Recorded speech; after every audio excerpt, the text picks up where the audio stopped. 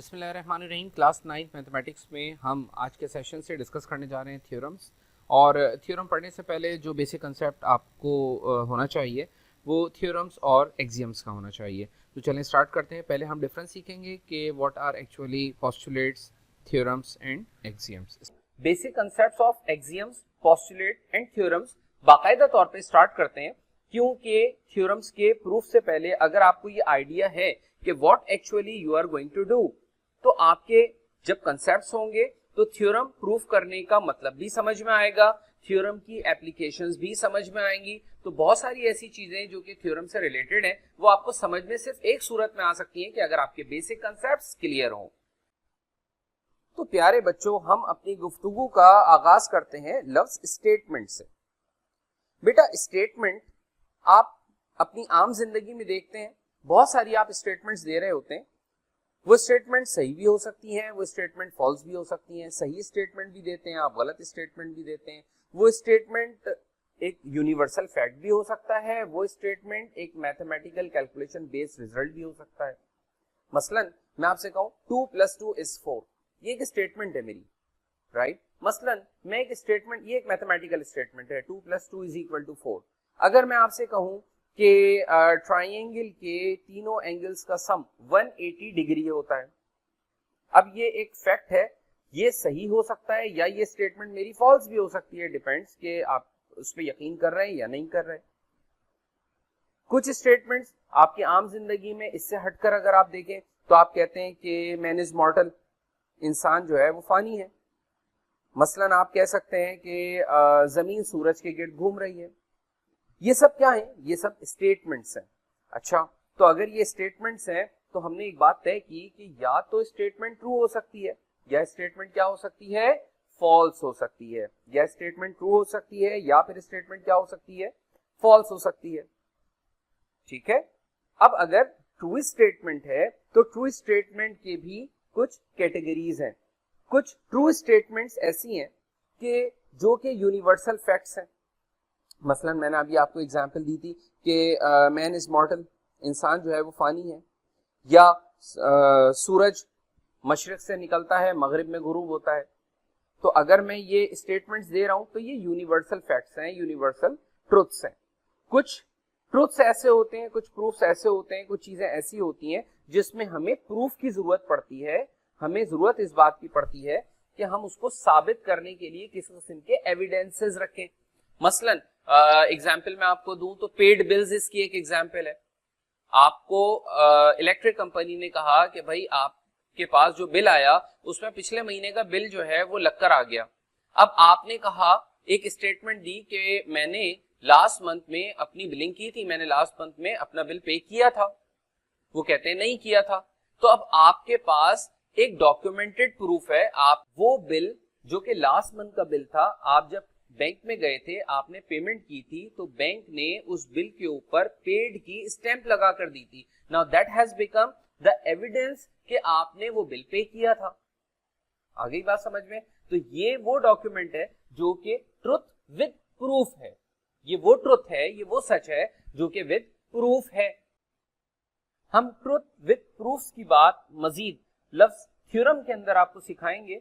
तो इस बात को अभी हम यही रोकते हैं। अब से कुछ लम्हात के बाद जब आप थ्योरम्स पढ़ रहे होंगे तो इस चीज की मजीद वजाहत होगी, मजीद एक्सप्लेनेशन होगी कि वो ट्रुथ जो विद प्रूफ हो, वो ट्रुथ जो कि मैथमेटिकली वेरीफाइड हो, मैथमेटिकली प्रूफ किए जा सकते हो, उनको आप थ्योरम्स का नाम देंगे। तो हम थ्योरम्स की बात अब से कुछ देर के बाद करेंगे। इस वक्त यूनिवर्सल ट्रुथ की हम बात कर लेते हैं। तो यूनिवर्सल ट्रुथ हमारे पास कितनी तरह के होते हैं? यूनिवर्सल ट्रुथ या तो एक्सियम होंगे या फिर यूनिवर्सल ट्रुथ हमारे पास क्या होंगे, पोस्टुलेट्स होंगे। Now what do you understand by the word axiom?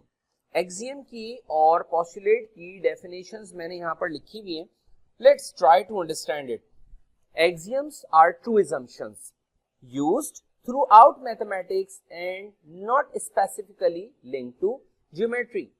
देखिए, मैथ्स की बहुत सारी ब्रांचेस हैं। उन मैथ्स की बहुत सारी ब्रांचेस में हर जगह पर जो फैक्ट्स, कुछ ऐसे फैक्ट्स हैं जो हर जगह पर मौजूद हैं। मसलन 2 और 2 हमेशा 4 ही होगा, राइट।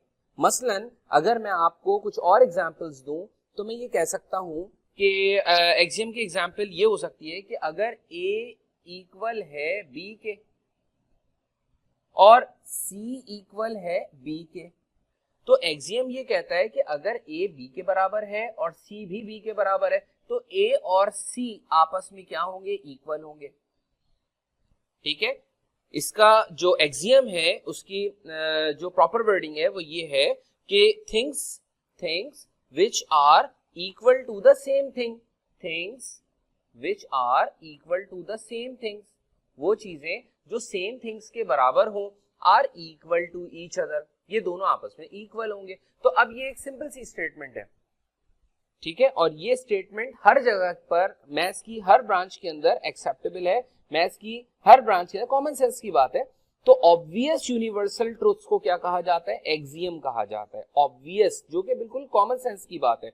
मसलन आपके पास ये हो सकता है कि अगर हम इसमें अगर A इक्वल है B के, राइट, अगर हम दो इक्वल चीजों में, वो दो चीजें जो आपस में बराबर हैं, कोई इक्वल चीज, कोई टर्म यहां पर ऐड करते हैं, इक्वल टर्म्स ऐड की जाती हैं, मसलन इसमें हमने C ऐड कर दिया, दोनों साइड पर अगर हम C ऐड कर दें तो इससे इस इक्वेशन के ऊपर कोई इफेक्ट नहीं आता, राइट।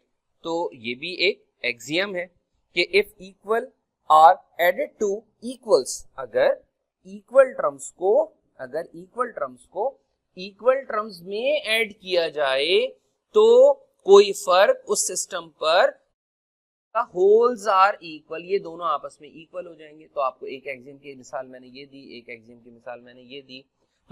मसलन आपके पास एक एग्जांपल ये हो सकती है कि आपके पास ये एक ऑब्जेक्ट है, राइट, आपने इस ऑब्जेक्ट में एक पार्ट काट लिया, ये वाला पार्ट काट दिया, ये पार्ट काट के आपने साइड में कर दिया, तो अब ये वाला पार्ट इस पूरे पार्ट से छोटा होगा। अभी कॉमन सेंस की बात है कि भाई एक पिज्जा है, उस पिज्जा के अगर 4 पीसेस कर लिए जाए तो, और मैं ये एक खा लूं या एक निकाल के रख दूं, तो ये वाला पार्ट हमेशा, this slice is always less than the whole, ये हमेशा पूरे पार्ट से यानी 1 से हमेशा लेस होगा। तो ये कॉमन सेंस की बात है और ये हर जगह पर मैथ्स के अंदर, अपनी आम जिंदगी के अंदर एप्लीकेबल है। तो अगेन फिर हम उस डेफिनेशन को देख लेते हैं कि एक्सियम की डेफिनेशन क्या मैंने आपको बताई।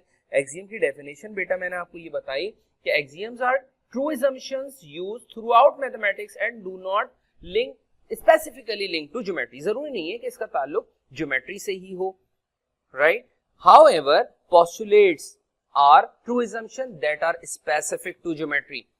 वो फैक्ट्स जो खास तौर पे ताल्लुक रखते हैं किससे, ज्योमेट्री से, क्या कहलाते हैं, ये कहलाते हैं पोस्टुलेट्स। तो अब सर पोस्टुलेट की कुछ एग्जांपल्स दे दें। एक्सियम तो हमें समझ में आ गया।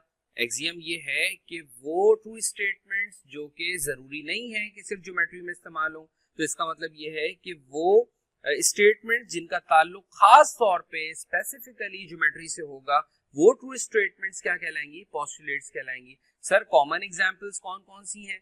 मसलन हम ये कह सकते हैं कि जब दो लाइंस पैरेलल होती हैं तो इनके दरमियान ये जो फासला होता है ना, ये फासला हमेशा एक जैसा रहता है, सेम रहता है, इक्वल रहता है, यानी कि ये क्या है, स्पेसिफिकली ये एक ऐसी ट्रू स्टेटमेंट है जो कि स्पेसिफिकली ज्योमेट्री से रिलेटेड है, दो पैरेलल लाइंस के मुतालिक है।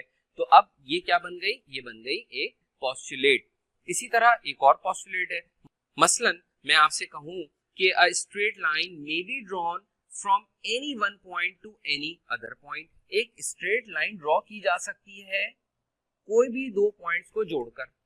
ये दो पॉइंट्स है, a straight line can be drawn by joining any two points. कोई भी दो पॉइंट जोड़ लें, जब आप जोड़ेंगे तो एक लाइन बन सकती है, ठीक है। और पोस्टुलेट ये भी है कि इस लाइन को दोनों तरफ से इंफिनिटी तक, अप टू इंफिनिटी क्या किया जा सकता है, एक्सटेंड किया जा सकता है। या एक पोस्टुलेट और इस वक्त मेरे जहन में है कि अगर अ circle can be drawn with any centre and any radius, यानी अगर हमारे पास कोई भी दो पॉइंट्स हों एक को आप सर्किल का सेंटर तस्वुर कर सकते हैं, दूसरे तक कंपास खोल के आप एक सर्किल ड्रॉ कर सकते हैं। तो अ सर्किल कैन बी ड्रॉन, एक सर्किल बनाया जा सकता है इस तरह से कि विद एनी सेंटर, जिसका कोई भी सेंटर हो, कोई भी मरकज हो, विद एनी रेडियस, और उसका कोई भी रेडियस हो सकता है। तो ये भी क्या है, ये एक पोस्टुलेट है। तो ये आपने डिफरेंट एग्जांपल्स देखी पोस्टुलेट की। तो बेटा आपने पोस्टुलेट्स देखे, postulates are true assumptions that are specific to geometry. ऐसे assumptions, ऐसे फैक्ट जिनका ताल्लुक किससे हो, ज्योमेट्री से हो, क्या कहलाएंगे, पोस्टुलेट्स कहलाएंगे। तो प्यारे बच्चों, अब हम बात करते हैं कुछ थ्योरम्स की, क्योंकि आपने एक्सियम समझ लिए, पोस्टुलेट समझ लिए, अब आपको थ्योरम्स समझने हैं कि what are theorems. A theorem is a statement that can be demonstrated to be true by accepted mathematical operations and arguments। यानी ऐसे मैथमेटिकल स्टेटमेंट्स जो कि ट्रू हैं और मैथमेटिकली प्रूफ किए जा सकते हैं थ्रू मैथमेटिकल ऑपरेशंस, और कुछ दलीलों की बुनियाद पर, कुछ आर्गुमेंट्स की बुनियाद पर, ऐसे फैक्ट्स को थ्योरम्स कहा जाता है। ये मैंने आपके सामने दो लाइंस बनाई, इंटरसेक्टिंग लाइंस है। ये दो लाइंस आपस में एक दूसरे को इंटरसेक्ट कर रही हैं। मैं आपसे कहता हूं कि ये दो एंगल्स आपस में इक्वल होंगे और ये वाले दो एंगल्स आपस में इक्वल होंगे। ठीक है, इनके खास नाम है, इनको वर्टिकल एंगल्स कहा जाता है। मैं आपसे कहता हूं कि जब इंटरसेक्टिंग लाइंस होती हैं, दो लाइंस आपस में एक दूसरे को किसी पॉइंट पर इंटरसेक्ट करती हैं, तो पॉइंट ऑफ इंटरसेक्शन पर ये जो एंगल्स बनते हैं जिनका नाम है वर्टिकल एंगल्स, ये वर्टिकल एंगल्स हमेशा सेम होते हैं। यानी ये वाला एंगल इस वाले एंगल के बराबर होगा और ये वाला एंगल इस वाले एंगल के बराबर होगा। अब आप कहें सर स्टेटमेंट हो सकता है आप फॉल्स कह रहे हो सकता है ये स्टेटमेंट गलत हो। तो मैं कहता हूं कि अब मैं इसको प्रूफ करके दिखाता हूं थ्रू अ थ्योरम, कुछ मैथमेटिकल ऑपरेशंस परफॉर्म करके और कुछ आर्गुमेंट्स की मदद से, कुछ मैथमेटिकल ऑपरेशंस और कुछ आर्गुमेंट्स की मदद से एक सिस्टमैटिक मैनर में हम इस बात को, इस स्टेटमेंट को, कौन सी स्टेटमेंट को जिसमें ये कहा जा रहा है कि ये दोनों एंगल्स इक्वल हैं और ये दो एंगल्स इक्वल हैं, प्रूफ किया जाएगा। तो इस पूरे मेथड को, is the process of showing a theorem to be correct, ये बात, ये स्टेटमेंट सही है, इस बात को साबित करने के लिए जो मेथड फॉलो किया जाता है, जो सिस्टमैटिक वे फॉलो किया जाता है, that systematic way is called proof of a theorem. उस थ्योरम का प्रूफ कहलाता है। मसलन आपके सामने एक ट्राइंगल है, इस ट्राइंगल में अगर हम आपसे कहें कि ये एंगल अगर अल्फा है, ये एंगल अगर बीटा है और ये एंगल अगर गैमा है। एक ट्राइंगल में आपको पता है कि 6 चीजें होती हैं, 3 साइड्स होती हैं और 3 एंगल्स होते हैं। तो इस ट्राइंगल में अगर ये तीनों एंगल्स, मिसाल के तौर पे अल्फा और बीटा और गैमा, अगर तीनों एंगल्स को प्लस किया जाए तो ये 180 डिग्री आता है। आप कहते हैं सर कैसे, आपको कैसे पता है कि ये हमेशा 180 डिग्री होगा, ये 240 डिग्री नहीं होगा और 320 डिग्री नहीं होगा और 160 डिग्री नहीं होगा और 179 डिग्री नहीं होगा। आप कैसे कह सकते हैं कि एग्जैक्ट ये 180 डिग्री ही होगा? तो अब वो सिस्टमैटिक मैनर जिसके तहत मैं इस बात को, इस स्टेटमेंट को प्रूफ करूं, इस सिस्टमैटिक मैनर को क्या कहा जाएगा? प्रूफ ऑफ थ्योरम कहा जाएगा। एक और मिसाल देख लेते हैं। मैं आपसे कहूं कि ये मेरे पास एक राइट एंगल ट्राइंगल है। आपको पता है राइट एंगल ट्राइंगल किसे कहा जाता है? जिसमें एक एंगल 90 डिग्री का होता है। तो ये एक राइट ट्राइंगल है।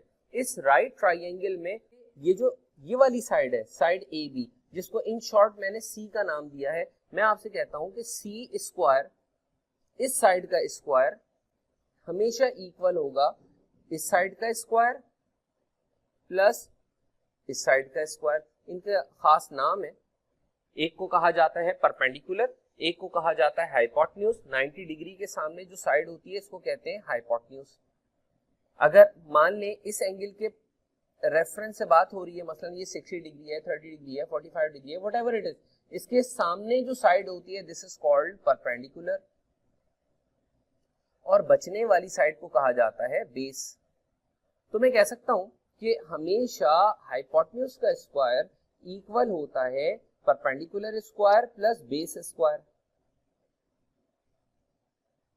Base square. तो अब ये एक स्टेटमेंट मैंने दे दी, आप कहें सर जरा साबित करें, ये स्टेटमेंट मैंने नहीं दी, ये स्टेटमेंट पाइथागोरस नामी एक मैथमेटिशियन ने दी थी और इसको उसने बाकायदा प्रूफ करके दिखाया। तो एक पाइथागोरस थ्योरम या पाइथागोरियन थ्योरम कहलाता है, उस थ्योरम के अंदर इसका एक सिस्टमैटिक वे में प्रूफ है जो कि हम अपने आने वाले सेशंस में डिस्कस करेंगे। तो इस स्टेटमेंट को मैथमेटिकली प्रूफ करने का जो मेथड होगा उसको प्रूफ ऑफ थ्योरम का नाम दिया जाएगा कि ये एक स्टेटमेंट है, there is a right angle triangle, then whatever the right angle triangle is, किसी भी साइज की हो, किसी भी तरह की हो, ये साइज छोटा बड़ा हो सकता है, ट्रायंगल इस तरह की भी हो सकती है, ट्रायंगल इस तरह की भी हो सकती है, जब भी राइट एंगल ट्रायंगल बनेगी तो हमेशा ये रूल एप्लीकेबल होगा, ये मैथमेटिकल फैक्ट एप्लीकेबल होगा। So this is what we call a theorem. तो प्यारे बच्चों, अब आपने ये सीख लिया कि पोस्टुलेट क्या है, एक्सियम्स क्या है, थ्योरम्स क्या है। तो अब वो टर्म्स जो कि थ्योरम्स के प्रूफ के अंदर अक्सर और बेशतर डिस्कशन में आती हैं और बच्चे इससे थोड़ा सा कंफ्यूज हो जाते हैं। मसलन सिमिलर में और कॉन्ग्रुएंट में क्या फर्क है? तो सिमिलर में और कॉन्ग्रुएंट में डिफरेंस ये है कि देखें आपके सामने ये दोनों मैंने ट्राइंगल्स बनाई हैं और दोनों राइट ट्राइंगल्स हैं, यानी दोनों में 90 डिग्री का एंगल नजर आ रहा है, मतलब दोनों राइट एंगल ट्राइंगल्स हैं। एक ट्राइंगल को मैंने ए बी सी कॉल किया है, दूसरी ट्राइंगल को ए डैश बी डैश और सी डैश कॉल किया है। अब ये दोनों ट्राइंगल्स बज़ाहिर देखने में एक जैसी हैं, तो इसको क्या कहा जाएगा? सिमिलर कहा जाएगा। सिमिलर का मतलब ये होता है कि दोनों ट्राइंगल्स सेम है, सिमिलर है, बस साइज का डिफरेंस है। तो जब साइज का डिफरेंस होगा तो ये ट्राइंगल्स आपस में सिमिलर जरूर है, कॉन्ग्रुएंट नहीं है। तो सर कॉन्ग्रुएंट किसे कहा जाता है? कॉन्ग्रुएंट देखें आपके सामने एक और एग्जांपल रखी है हमने। सिमिलर का मतलब आपको समझ में आ गया। अब हम देखते हैं कि लफ्ज कॉन्ग्रुएंट किसे कहा जाता है। देखिए दो ट्राइंगल्स आपके सामने हैं, दोनों ट्राइंगल्स आपके सामने हैं। इन दोनों ट्राइंगल्स में अगर आप थोड़ा सा गौर करें तो जो एंगल ए पर है वही एंगल यहाँ पी पर है, जो एंगल यहाँ बी पर है वही एंगल यहाँ क्यू पर है, जो एंगल यहाँ सी पर है वही एंगल यहाँ आर पे है। यानी एक ट्राइंगल को दूसरी ट्राइंगल के ऊपर अगर हम रख के पेस्ट करना चाहें तो ये एक दूसरे को ओवरलैप कर लेंगे, एक दूसरे के ऊपर आ जाएंगे। यानी इसका मतलब इस ट्राइंगल को इस ट्राइंगल के ऊपर रखकर पेस्ट किया जा सकता है। क्या मतलब वो इस ट्राइंगल को इसके ऊपर रखकर पेस्ट किया जा सकता है? अगर हम इस ट्राइंगल को रोटेट करें, देखिए अगर हम इस ट्राइंगल को बेटा रोटेट कर लें, तो ये हमने इसको रोटेट कर दिया। रोटेट करने के बाद अगर इसको इसके ऊपर रखने की कोशिश की जाए तो ये बिल्कुल इसको क्या करेगा? ढांप लेगा, इसके बिल्कुल ऊपर आ जाएगा। तो ट्राइंगल्स एक दूसरे को क्या कर रही हैं? देखिए ओवरलैप कर रही हैं। जब ट्राइंगल हर लिहाज से एक दूसरे को ओवरलैप कर ले तो ये ट्राइंगल हो या कोई भी डायग्राम हो क्या कहलाती है? कॉन्ग्रुएंट कहलाती है। देखें एक और एग्जांपल।